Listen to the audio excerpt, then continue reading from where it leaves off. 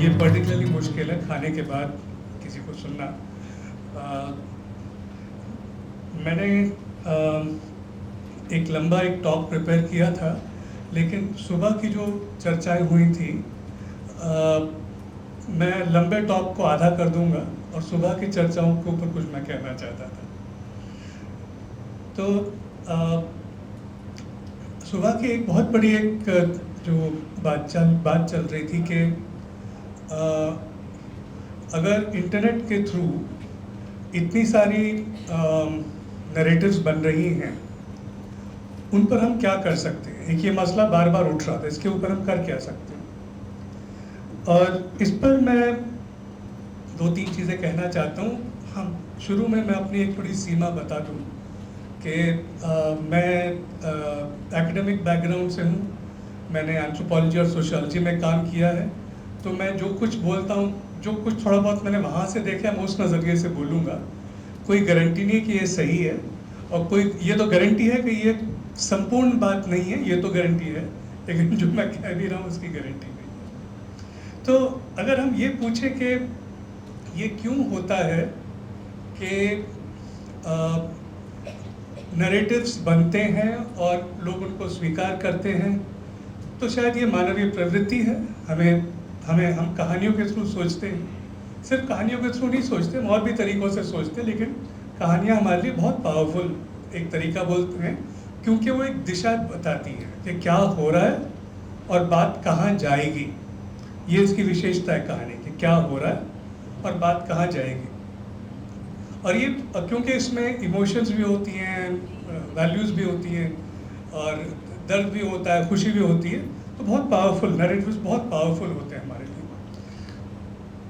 ये पहले कैसे होते थे और अब क्या होते हैं, और हम इंटरनेट के दौर में इसके बारे में क्या सोचें। अगर मैं अभी बता रहा था कि मैं एंथ्रोपोलॉजी का स्टूडेंट रहा हूँ, जिसमें हम लोग शिकार बटोर करने वाले जो समाज हैं, वहाँ से हम लोग बहुत अध्ययन करते हैं उस पर। तो वहाँ पर नैरेटिव्स कौन बनाता है और नैरेटिव्स कैसे फैलाए जाते हैं, और फिर हम आज के दौर पर भी आते हैं। नैरेटिव्स वहाँ बनाते हैं पर्टिकुलरली जिनके पास ज़्यादा एक्सपीरियंस है, वो लोग बना रहे होते हैं, और जो बोलने में ज़्यादा कुशल है वो बना रहे होते हैं। और नैरेटिव्स फैलते कैसे हैं, जब शाम को या सुबह को आप सब मिलकर बैठते हैं, छोटा सा ग्रुप होगा 50 लोगों का, मिलकर बैठ के बातें कर रहे हैं, एक दूसरे को कहानियाँ सुनाते हैं। नैरेटिव्स यहाँ बनते हैं। अब उसमें आप जंप करके थोड़े और कॉम्प्लिकेटेड समाजों में आए, तो वहाँ पर नैरेटिव कोई और बना रहा होता है या कुछ और जगहों पर सीख रहे होते हैं। मंदिर जाकर आप अब नैरेटिव सुन रहे हैं। देखिए बहुत फ़र्क है कबीले के बीच में एक दूसरे से नैरेटिव सुनना, और मंदिर में या मस्जिद में या गुरुद्वारे में या चर्च में जाकर आप नैरेटिव सुन रहे हैं। टेक्नोलॉजी बदलती है, तो इसमें नैरेटिव्स अपने आप से नहीं बनते। नैरेटिव्स के पीछे संगठन होता है, संगठित समाज होता है। समाज का जिस तरह का संगठन होगा, उस तरह का नैरेटिव बनेगा और उस दिशा में बनेगा, है ना। तो अगर हंटिंग गैदरिंग ग्रुप में खास टाइप का संगठन, जैसे जैसे आप आज के दौर में आएंगे तो संगठन का स्वरूप बदल रहा है। इसमें एक बहुत इंटरेस्टिंग काम आया था, जो मुझे याद आया था सुबह की बातें करते हुए। तो अर्जुन अप्पादुराई भारतीय ओरिजिन के एंथ्रोपोलॉजिस्ट हैं, अमेरिका में बस गए थे। उन्होंने कहा कि 1960 के दशक से पहले जो भारत से अमेरिका जाके लोग रहते थे, वो बेसिकली वहीं के हो जाते थे। क्यों? क्योंकि उठना बैठना, सारी कहानियाँ जो सुन रहे, सारे नैरेटिव सुन रहे, वहाँ के लोगों के सुन रहे। बहुत थोड़े से भारतीय होते थे जो ऐसे ही मोहल्ले में रहते थे जहाँ सिर्फ भारतीय हैं, लेकिन वो भी बहुत बदल जाता नैरेटिव।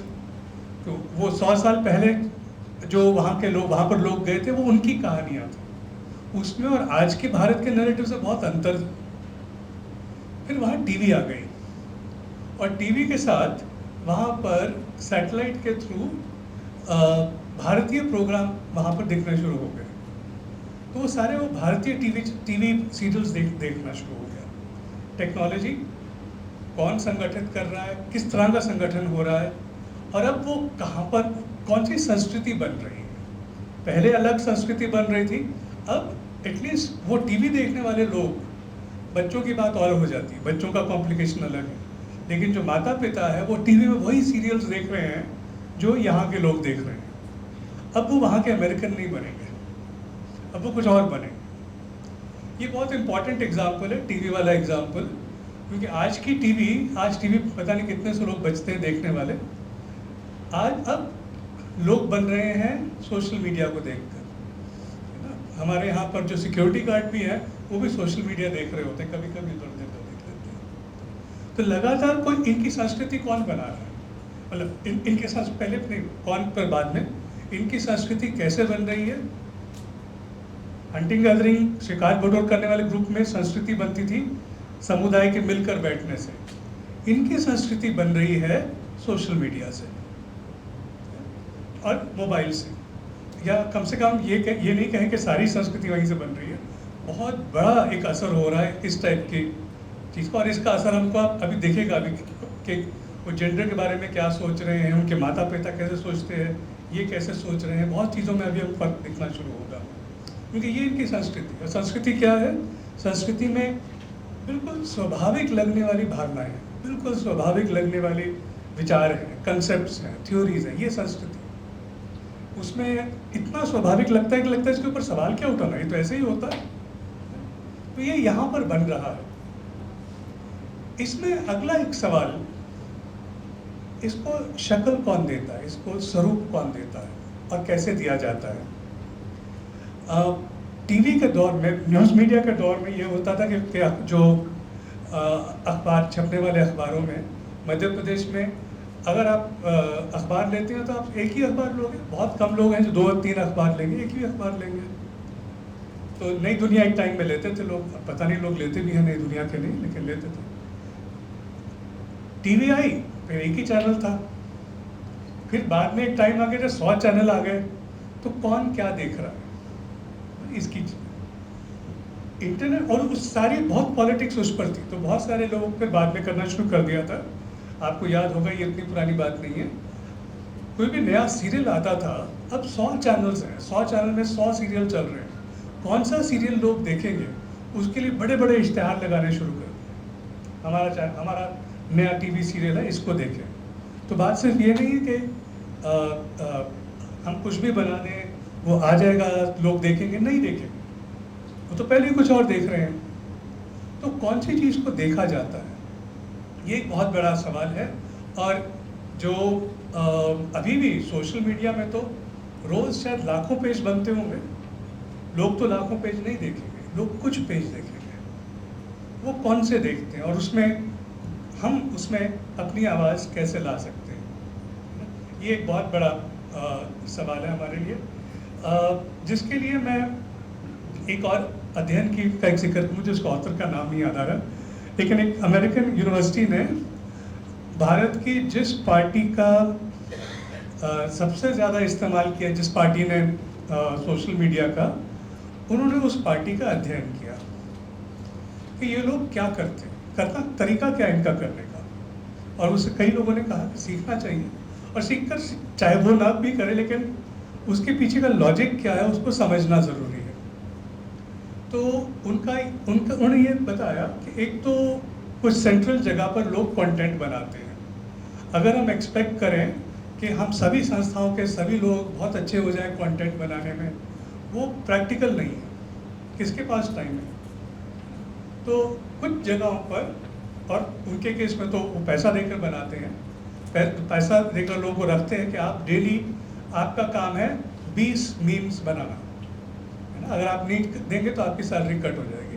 तो एक तो ये तरीका कुछ सेंट्रल जगहों पर, प्लस संगठन का इस्तेमाल करना। इसके लिए ज़रूरी है कि अब उन लोग, संगठन को पैसे देने की ज़रूरत नहीं है, संगठन का बहुत बड़े नेटवर्क्स हैं, लेकिन संगठन में ऊपर से आदेश होता था कि बाकी चीज़ों की तरह कि आपको अगर बड़े नेता की नज़रों में आप चाहते हैं कि आप अच्छे लगें, वो आपको तारीफ़ करें, आपको नोटिस करें, तो आप अपने कॉलोनी में व्हाट्सएप ग्रुप बनाओ अपने कॉलोनी में, और एक नहीं, 2-2, 3-3 किस्म के व्हाट्सएप ग्रुप्स बनाओ, और बिना पूछे सब अपने कॉलोनी के सब लोगों को उसमें शामिल कर दो। और उसमें फिर जो आपको वो सेंट्रल जगह से आ रहा है उसमें डालते रहो, और उसमें ज़रूरी नहीं कि लोग वही डालेंगे, बहुत कुछ आएगा, लेकिन अपना डालते रहेंगे। और फिर आपके अपने जो आप मिडिल लेवल के नेता हो, आपके जो सब जूनियर नेता हैं, जो आपके साथ या जो लड़के लड़कियां जुड़ रही हैं, उनको भी बोलो तुम अपने दोस्तों में ग्रुप बनाओ और उसमें आप सर्कुलेट करो। तो लोग क्या देखेंगे, वो कौन से ग्रुप की मेंबरशिप है उनके पास।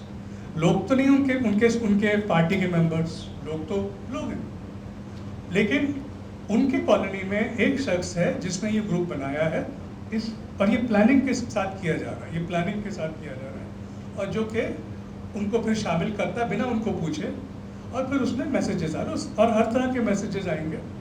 जहाँ लगता है कि बहुत ज़्यादा विरोध हो रहा है, वहाँ पर या तो उस व्यक्ति को अगर हो सके तो डरा दो, नहीं तो उसको बाहर निकाल दो, नहीं तो बोलो कि अरे हमको इस ग्रुप में राजनीति की बातें नहीं करनी, हम अलग ग्रुप बनाएंगे, और नया ग्रुप बना लो जिसमें अपने आप जैसे सोचने वाले सब लोगों को उसमें डाल दो। तो कैसे कुछ विषयों पर फोकस रखें कि सोशल मीडिया पर तो 5 लाख चीज़ें हो रही हैं, मैं कौन सी चीज़ों पर फोकस रखूँ। सोशल मीडिया का कुछ अलग लॉजिक है। इसमें आखिरी एक उदाहरण दूँ मैं, हम लोगों के एक छात्र ने होशंगाबाद के पास में एक गाँव में युवाओं के जीवन, रोज़मर्रा जीवन का अध्ययन किया, जिसमें जाहिर है ये भी था कि सोशल मीडिया का क्या इस्तेमाल है। आज के टाइम में युवाओं का अध्ययन मतलब युवाओं के सोशल मीडिया का अध्ययन बहुत इम्पोर्टेंट हो जाता है। तो उस सोशल मीडिया में उस गांव का एक इंस्टा पेज है जिसमें उसको चलाने वाले जो लोग हैं वो अपनी अलग अलग चश्मा पहन के फ़ोटो खींच के उस पर डाल रहे हैं। फिर गांव में फिर जो भी पूजा होगी उसकी फ़ोटो आएगी, और उसमें जाकर ये आरती उतार रहे हैं उसकी फ़ोटो आ रही है। इस टाइप के सब चल रहे हैं। उसमें एक भी व्यक्ति एक पॉलिटिकल एजेंडा के साथ आता है, बड़े ग्रुप का एक हिस्सा छोटा सा, नेता भी नहीं है, नेता के दोस्त का भतीजा है, वो उस किसी और ग्रुप में है, उसको लगता है बाकी लोग बड़ी शानदार फोटोएं डाल रही हैं, अपने को भी डालना चाहें तो वो ये डालेगा, जो उसको उस नेटवर्क से आ रहा है वो फोटो डालेगा। सो बस आपके सामने मैं 2-3 चीज़ें रखना चाहता था कि ये इसका एक लॉजिक है फैलने का, और वो लॉजिक सीखा जा सकता है। उस लॉजिक का हम अध्ययन करके उसको सीख सकते हैं, और इसमें पैसे का रोल थोड़ा बहुत तो है, लेकिन पैसे का रोल बहुत ज़्यादा नहीं है, संगठन का रोल है, मतलब लोगों का जुड़ाव का रोल इसमें बहुत बड़ा है। तो ये उम्मीद है इसमें कि हम भी इसको सीख कर कुछ और भी किया जा सकता है। एक बात मैं ये कहना चाहता था। दूसरा, इसमें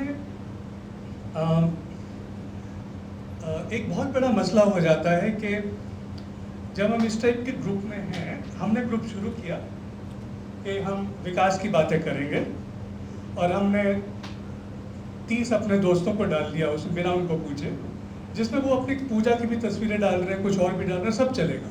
लेकिन क्योंकि वो मेरे ग्रुप में है, मैं उसमें विकास की भी फोटोज डाल रहा हूँ, तो कम से कम उनको एक ग्रुप तो है जिसमें कुछ विकास की बातें हो रही हैं, कम से कम एक तो है। लेकिन मान लीजिए वहाँ पर कोई मेरा विरोध करता है, या कोई ऐसी बात कहता है कि जिसको लेकर मुझे बहुत तकलीफ होती है, ये तो बिल्कुल झूठ है, ये मुश्किल, तब फिर मैं क्या करूँ, उस पर क्या करना चाहिए। उस पर शायद उस पर कई लोगों, इस पर भी लोगों ने काम किया हुआ है, मेरे सब्जेक्ट के लोगों ने नहीं, लेकिन सोशल साइकोलॉजी के लोगों ने इस पर काम किया हुआ है, काफ़ी काम किया है। और उन्होंने एक इम्पॉर्टेंट चीज़ बताई है कि अगर कोई किसी और विचारधारा की बात इस टाइप के ग्रुप में रखता है, और आप उससे बहुत गुस्सा आता है, और वो उसके बहुत कमिटेड है उस विचारधारा के, पब्लिकली उसको अगर आप मजाक उड़ाओगे, उसका बहुत अच्छा फ़ायदा नहीं होता, उसका अच्छा फ़ायदा नहीं होता। क्यों नहीं होता?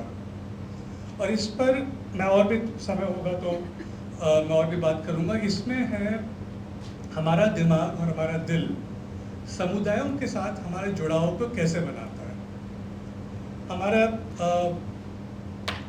हमारी जो ब्रेन है वो, उसका विकास ही ऐसा हुआ है कि हम किसी ना किसी ग्रुप का मेंबर हैं, और हमारे ब्रेन का विकास ऐसा हुआ है कि हम अपने ग्रुप, हमारे बहुत स्ट्रॉन्ग इंस्टिंक्ट्स है अपने ग्रुप को बचाने का। मेरे ग्रुप की कोई अगर पर कोई हमला करता है तो मेरा बहुत स्ट्रॉन्ग इंस्टिंक्ट है मैं अपने ग्रुप को डिफेंड करूँ, और इसके साथ साथ मेरा बहुत स्ट्रॉन्ग इंस्टिंक्ट है कि मैं अपने ग्रुप को बहुत प्यार करूँगा।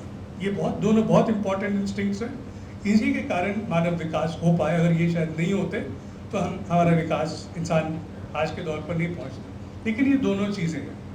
मान लीजिए कि मैंने अपने प्रिय नेता के बारे में कोई मैसेज डाला कि मेरा नेता बहुत बढ़िया है, बाकी नेता बिल्कुल बकवास है।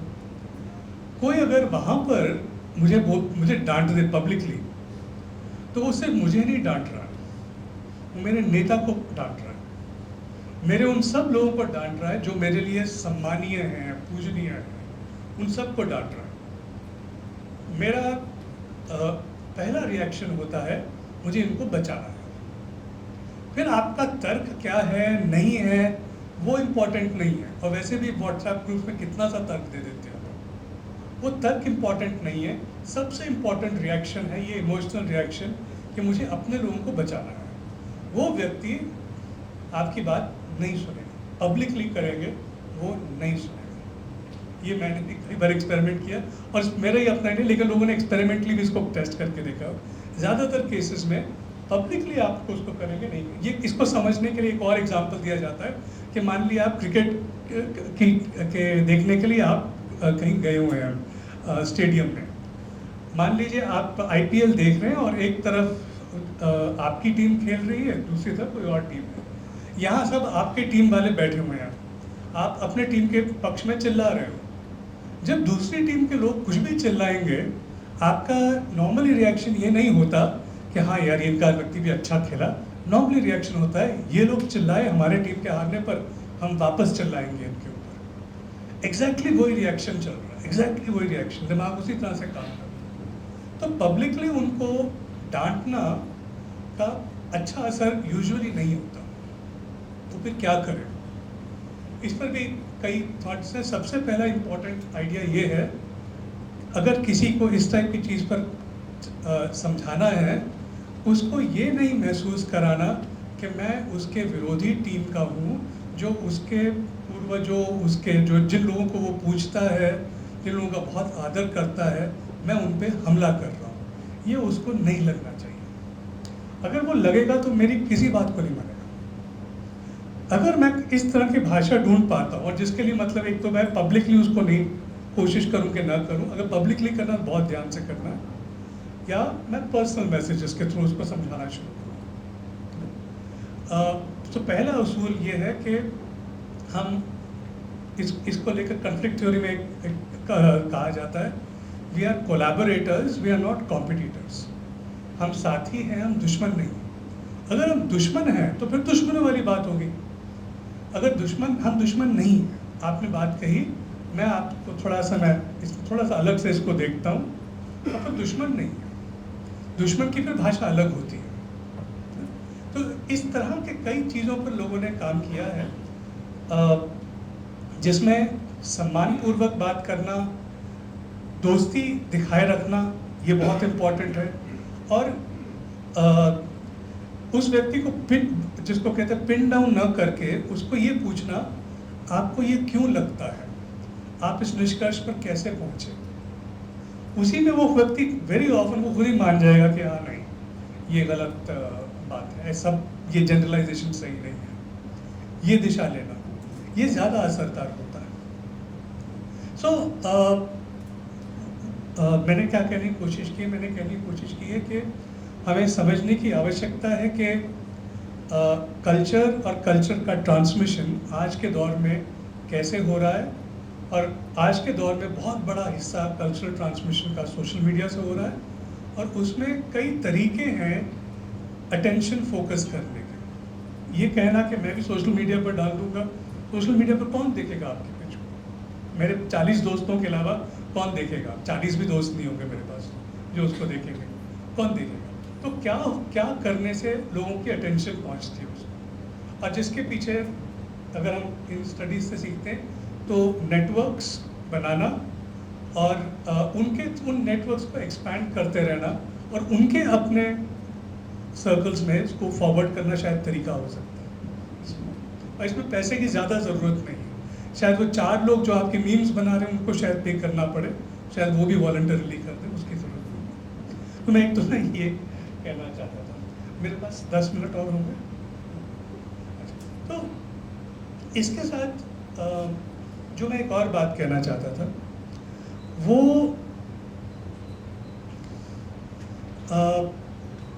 मैंने काफ़ी कुछ सोचा था, आपसे बात करूँगा तार्किकता और समुदाय और संवाद के बारे में। वो ज़्यादा मुझे अब नहीं करना चाहिए, लेकिन थोड़ी सी बेसिक आइडियाज़। इस सब के पीछे ये बात है कि लोगों को हम समझाते कैसे हैं, हम खुद कैसे समझते हैं, लोगों को कैसे समझाते हैं।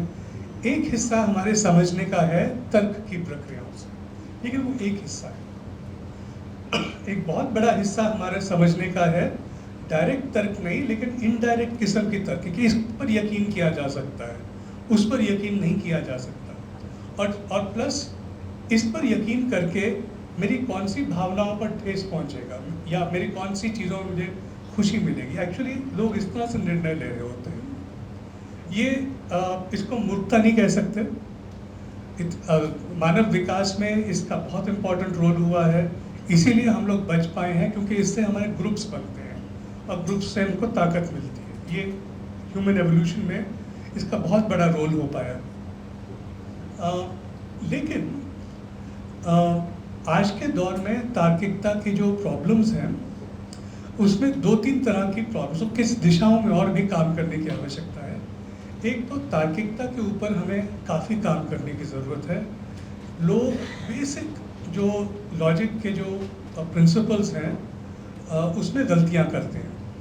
उदाहरण के लिए आप किसी को बोलें कि फलां समुदाय का व्यक्ति, या लोग आपको बोलें कि देखो मैंने उसको देखा और वो ख़राब आदमी है, देयरफॉर वो समुदाय ख़राब है।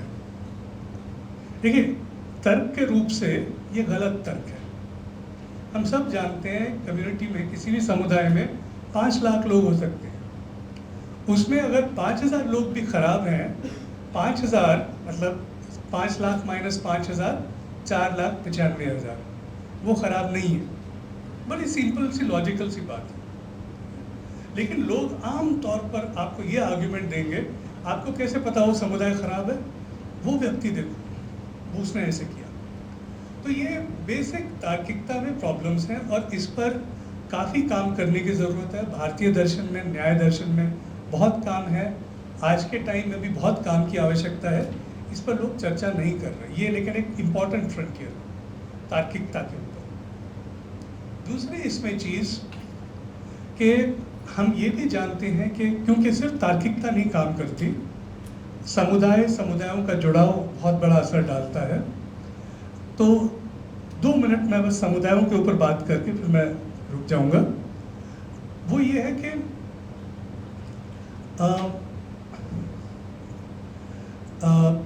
हमें अब काफ़ी क्लियर है कि पहले एक सोच होता था कि मैं तार्किक रूप से किसी चीज़ पर सही निर्णय ले सकता हूँ और मैं ले लेता हूँ, ये लोग मानते थे।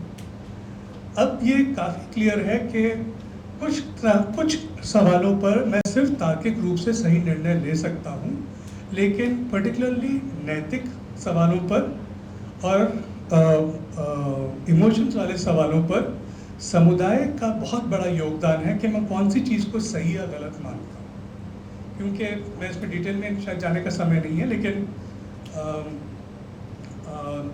एथिकल थिंकिंग में एक हिस्सा रैशनल है, बहुत बड़ा हिस्सा हमारे इंट्यूशन से आ रहा है, हमारी एक अनकही समझ में से आ रहा है। और ये है एक्चुअली बहुत बड़ा एक चैलेंज जो समुदायों से आता है। सो बहुत सारी चीज़ों को तार्किक रूप से हम सिद्ध या चैलेंज नहीं कर सकते। ये एक कम्युनिटी एक्सपीरियंस से ज्ञान आ रहा है। तब फिर क्या करो, फिर क्या करें? क्या हम लोग छोड़ दें कि आपकी समुदाय ऐसे मानती है, हमारी समुदाय कुछ ऐसे मानती है, क्या हम इस पर बात को छोड़ दें? ये एक तरीका है और इसमें अच्छा ज्ञान है, इसको टॉलरेंस कहते हैं हम लोग, सहनशीलता कहते हैं। ठीक है यार, तुमको जैसे करना करो, हमारी सोच अलग है, हम कुछ अलग करेंगे। लेकिन बहुत सारी चीज़ों में सहनशीलता से गड़बड़ हो जाती है। कब क्या करें? अगर कोई पुरुष कहे कि मैं पुरुष हूँ, मेरी संस्कृति ये है कि कि महिलाओं पर मैं वार करता हूँ, फिर क्या करूँ? वो है संस्कृति, तो हम क्या कहें कि आपकी संस्कृति भी ठीक है, हमारी संस्कृति भी ठीक है। बेसिकली ये बात हमें इस दिशा पर ले जाती है कि क्योंकि बहुत सारा ज्ञान और तर्क समुदायों पर आधारित होता है, समुदायों के बीच में और व्यक्तियों के बीच में संवाद करना ज़रूरी है। सिर्फ एक इसको टॉलरेंस करके छोड़ देना से बात ख़त्म नहीं होती। हमें बात करनी पड़ेगी, क्या ये सही है, क्या ऐसा क्यों सही है, और इसकी अपनी लंबी प्रक्रियाएं हैं। संवाद के लिए बहुत कुछ लोगों ने काम किया है। संवाद कैसे सिखाया जाता है, कैसे किया जाता है। संवाद में सुनने की क्षमता, कि जब कोई व्यक्ति बात कह रहा है तो मैं उसको सुन पाऊँ, ये नहीं कि जब वो बोल रहा हूँ मैं सिर्फ अपने आर्ग्यूमेंट्स को बार बार याद किए जा रहा हूँ, वो नहीं, मैं व्यक्ति को सुनता कैसे हूँ, और फिर मैं अपनी बात बिना धमकाए, बिना उसको थप्पड़ मारे कैसे बोलूँ। शब्दों में बिना थप्पड़ मार के बात कैसे की जाती है, तभी वो सुनेगा। अगर मैं थप्पड़ मार के बात कर तो मुझे क्या बात सुनेगा वो। और फिर इसके साथ हम कॉमन किसी अंडरस्टैंडिंग पर कैसे पहुँचे, ये भी सीखा जाता है और सिखाया जा सकता है। मैं क्या कहना की कोशिश कर रहा हूँ, मैं कहने की कोशिश ये कर रहा हूँ कि अभी कल्चर में बहुत काम की ज़रूरत है और संस्कृति में बहुत काम की ज़रूरत है, और वो काम मुमकिन है।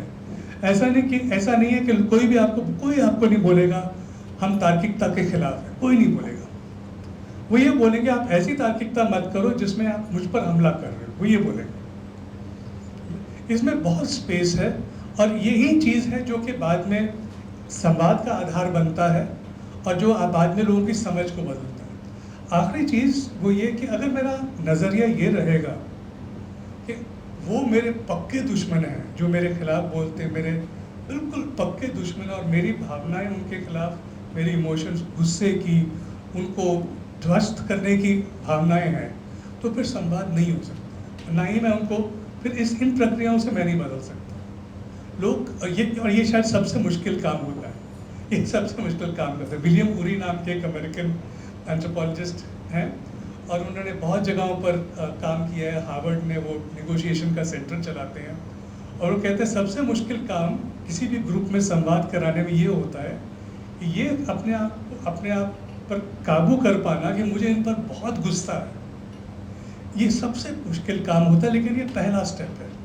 अगर ये स्टेप हम नहीं पार कर पाते तो संवाद नहीं हो सकता। संवाद कैसे होगा? मुझे अगर इतना गुस्सा है कि मैं बात ही नहीं कर पा रहा हूँ उनसे, कैसे संवाद होगा? तो ये इस तरह की बातें मैं कहना चाहता हूँ। जी, थैंक यू।